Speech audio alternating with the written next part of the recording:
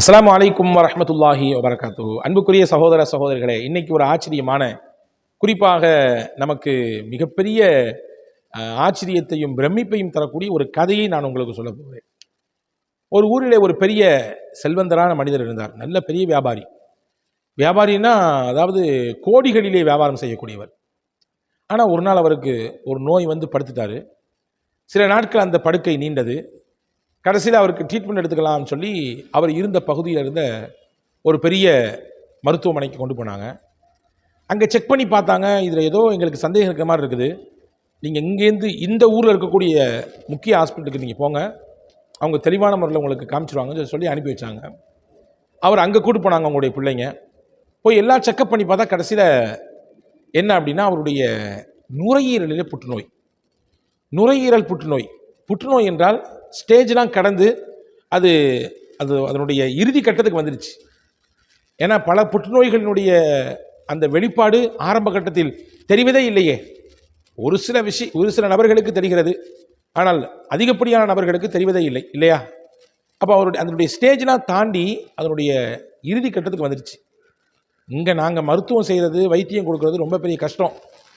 வேணால் கொஞ்ச நாள் நாங்கள் வச்சு பார்க்கலாம், ஆனால் எங்களால் கன்ஃபார்மாக சொல்ல முடியாது.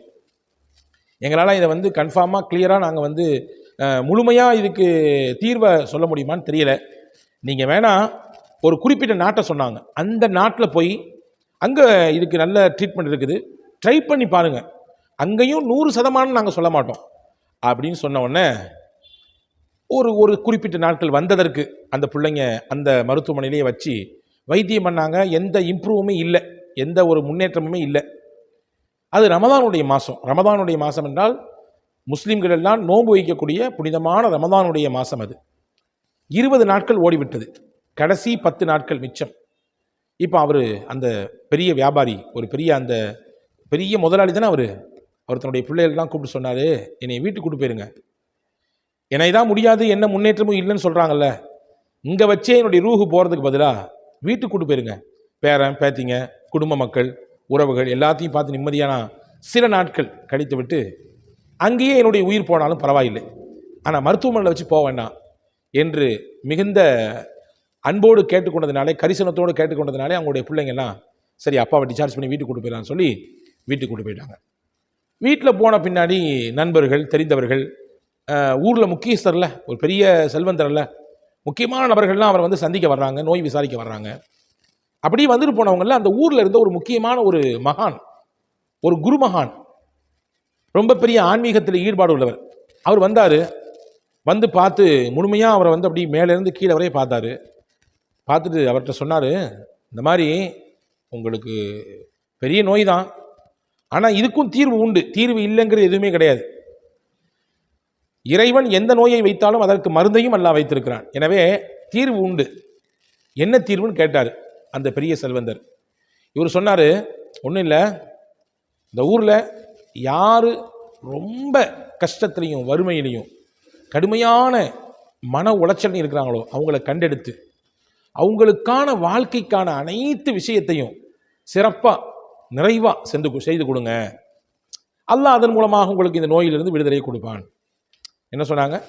கடுமையான நெருக்கடியிலையும் கடுமையான துன்பத்திலையும் வறுமையிலையும் பசிப்பட்டினியோடு நாட்களை நகர்த்தி கொண்டிருக்கக்கூடிய குடும்பத்தை தேர்வு செய்து ஒரு சில குறிப்பிட்ட நாட்களுக்கு மட்டும் அவங்களுக்கு கொடுக்காம அவங்களுடைய வாழ்க்கையவே மாற்றக்கூடிய லெவலில் அவங்களுடைய அந்த ஸ்ட்ரக்சர், மொத்த அந்த அமைப்பையே மாற்றி அமைக்கக்கூடிய விஷயத்தில் அவங்களுக்கு ஏதாவது சிறப்பாக நீங்கள் வாழ்வாதாரத்தை ஏற்படுத்தி கொடுங்கள், அவங்க வாழ்க்கை முன்னேற்றத்துக்கான வழியை நீங்கள் ஏற்படுத்தி கொடுங்க, இறைவன் போதுமானவன் உங்களுக்கு நிவாரணத்தை தருவான் அப்படின்னு சொன்ன உடனே ரமதானுடைய பிந்திய நாட்கள் இன்னும் 2 நாள் தான் இருக்குது, பெருநாள் வரப்போகுது. அந்த 2 நாளில் தான் அந்த 2 நாள் இருக்கும்போது தான் இந்த பெரியவர் இந்த மகான் இவரிடத்தை சொல்லிட்டு போனார். இப்போ அந்த செல்வந்தர் தன்னுடைய நெருக்கமான பணியாளரை, அதாவது பிஏ இருப்பார்களா, அவரை கூப்பிட்டு தேடு, இந்த ஊரில் யார் கடுமையான வறுமையில் இருக்காங்க, யார் ரொம்ப தேவையுடையனா இருக்காங்க, கண்டுபிடிச்சிட்டு வேகமாக வா என்று சொல்லி அனுப்பி வைத்தார். அவரும் போய் அன்னைக்கு ஃபுல்லாக சுற்றி பார்த்துட்டு கடைசியில் ரிப்போர்ட்டை கொண்டு வந்தார். இந்த ஊரில் இந்த குறிப்பிட்ட தெருவில் இந்த ஓரத்தில் ஒரு குடும்பம் இருக்கிறாங்க, அந்த குடும்பத்தில் ஆண் துணை இல்லை, அந்த பெண் விதவை பெண், அந்த பெண்ணுக்கு 3 பிள்ளைகள், 3 பெண் பிள்ளைகள், கடுமையான வறுமையில் இருக்கிறாங்க. அன்னைக்கு அவங்க நோன்பு வைக்கிறதுக்கு கூட சகர் செய்யறதுக்கு சாப்பாடு இல்லை. வெறும் காஞ்சி போன ரொட்டியை தண்ணியில் நினைச்சு சாப்பிட்டுட்டு தான் நோன்பு வைக்கிறாங்க. அவ்வளோ பெரிய வறுமை. வீடெல்லாம் மழை பெஞ்சா ஒழுகி ஊத்துது. உடுத்துறதுக்கு கூட அவங்கள்ட்ட சரியான துணி இல்லை. கந்தல் ஆடை, கிழிசலான ஆடையை தைத்துத்தான் போட்டிருக்கிறாங்க. சொல்ல போனா 2 நாளில் பெருநாள் வரப்போகுது. அவங்கள்ட்ட பெருநாளை கொண்டாடுறதுக்கு கூட வீட்டில் எதுவும் இல்லை. அந்த பெருநாளை மகிழ்ச்சியாக ஆனந்தத்தோடு நல்ல உணவு சமைத்து சாப்பிடுவதற்கும் நல்ல ஆடை உடுத்துவது கூட ஒன்றுமே இல்லை.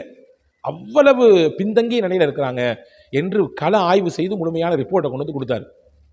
செல்வந்தர் சொன்னார், அந்த குடும்பத்தை அப்படியே டோட்டலாக சேஞ்ச் பண்ணுறதுக்கு, பொருளாதாரத்தை தன்னிறைவாக மாற்றுவதற்கு, அவங்களுடைய வறுமை மொத்தமும் போக்குவதற்கு என்னென்ன தேவையோ எல்லாத்தையும் A to Z அந்த குடும்பத்தை செஞ்சு கொடுங்க. இன்னைக்கு ராத்திரி அவங்க ஃபுல்லாக போய் செஞ்சாகணும் அப்படின்னு சொன்ன உடனே, இவர் பெரிய செல்வந்தராச்சா, எல்லா வசதியும் இருக்குது, எல்லாத்தையும் எடுத்து கொண்டு போய் வேகமாக அந்த குடும்பத்துக்கு கொடுத்து அவங்களுடைய எல்லா விதமான அந்த கஷ்ட நிலையும் முழுமையாக போக்கி கொடுத்து, கடைசியில் யார் செஞ்சா என்ன செஞ்சா எதுவுமே சொல்லலை, முழுமையாக போக்கி கொடுத்து, இதெல்லாம் இறைவன் உங்களுக்கு எங்கள் வழியிலே உங்களுக்கு இறைவன் கொடுத்திருக்கிறான், அவ்வளவுதான்.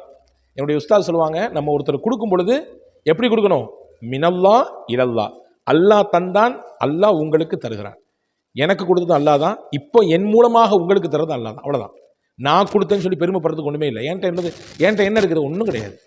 உடனே அந்த மனிதர் சொன்னார், இறைவன் எங்களை பாலமாக அமைத்து உங்களுக்கு தந்திருக்கிறான். அந்த அம்மா அன்னைக்கு இஷாவுடைய தொழுகை, இஷாவுடைய பாங்கு தொழுகைக்கு அசான் கொடுக்க போறாங்க, அழைப்பு கொடுக்க போறாங்க.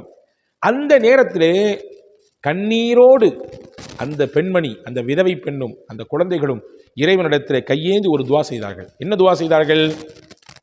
அல்லாஹும்ம மன் அத்கல சுரூர ஃபீ குலூபினா, இறைவா எங்களுடைய உள்ளத்திலே யார் சந்தோஷத்தை விதைத்தார்களோ, எங்கள் மகிழ்ச்சிக்கு யார் காரணமானார்களோ, இறைவா அவர்களுக்காக வேண்டி உன்னிடத்திலே கேட்கிறோம்.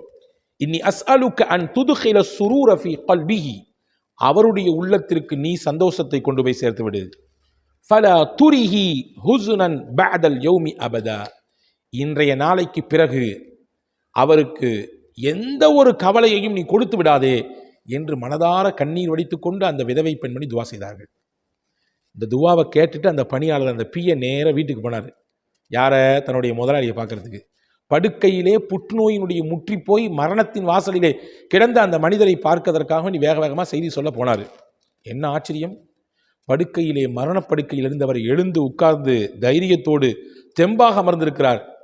வந்து பார்த்தவருக்கு ஆச்சரியம். பிஏவுக்கு அவர் சொன்னார், எனக்கு எல்லாமே கிளியராக இருக்கிற மாதிரி நான் உணர்றேன், எந்த ஒரு சிரமத்தையும் எந்த ஒரு சிக்கலையும் எனக்கு உடல்ல வலியோ வேதனையோ துன்பமோ இருக்கிற மாதிரி எனக்கு தெரியவே இல்லை, ரொம்ப ரிலாக்ஸாக நான் ஃபீல் பண்ணுறேன் அப்படின்னு சொன்ன உடனே வந்த பணியாளர் சொன்னார், நீங்கள் சொன்னதை எல்லாம் சிறப்பாக செய்து கொடுத்துட்டேன். அந்த அம்மா துவா செஞ்சாங்க. என்ன துவா செஞ்சாங்க? சொன்னாங்க, இந்த துவா தான் செஞ்சாங்க. எங்கள் கல்புகளிலே, எங்கள் உள்ளங்களிலே யார் சந்தோஷத்தை ஏற்படுத்தினார்களோ அவர்களுடைய உள்ளத்திலே யாரெல்லாம் நீ சந்தோஷத்தை கொடு, இந்த நாளைக்கு பிறகு எந்த ஒரு கவலையும் கஷ்டத்தையும் அவர்களுக்கு நீ கொடுத்து விடாதே என்று கண்ணீரோடு கம்பளையோடு அந்த அம்மா அந்த குழந்தைகளோடு துவா செய்தார்கள். எப்போ துவா செஞ்சாங்கன்னு கேட்டார் முதலாளி. வந்த பணியாளர் சொன்னார், கரெக்டாக இஷா துறைக்கு பாங்க சொல்லும் பொழுது அந்த துவா செஞ்சாங்க. உடனே முதலாளி கண்ணீரோடு சொன்னார், அந்த இஷாவின் பாங்கின் சமயத்தில் தான், அந்த அழைப்புடையின் சமயத்தில் தான் யாரோ ஒருவர் வந்து என்னுடைய நெஞ்சி பகுதியிலே அப்படியே கை வைத்து அப்படியே தடவி விடுவதை போன்று நான் உணர்ந்தேன். அதற்கு பிறகுதான் எனக்கு இப்படி ஒரு புத்துணர்வும் ஆரோக்கியமும் கிடைத்தது என்று அந்த மனிதர் சொன்னார். இது ஒரு பிரபலமான ஒரு சர்வதேச புகழ்பெற்ற அறிஞர் பெருமகனார் தன்னுடைய உரையிலே சொல்லக்கூடிய ஒரு உண்மை கதை. அன்பர்களே, இந்த கதையில் நமக்கான பாடம் என்ன தெரியுமா?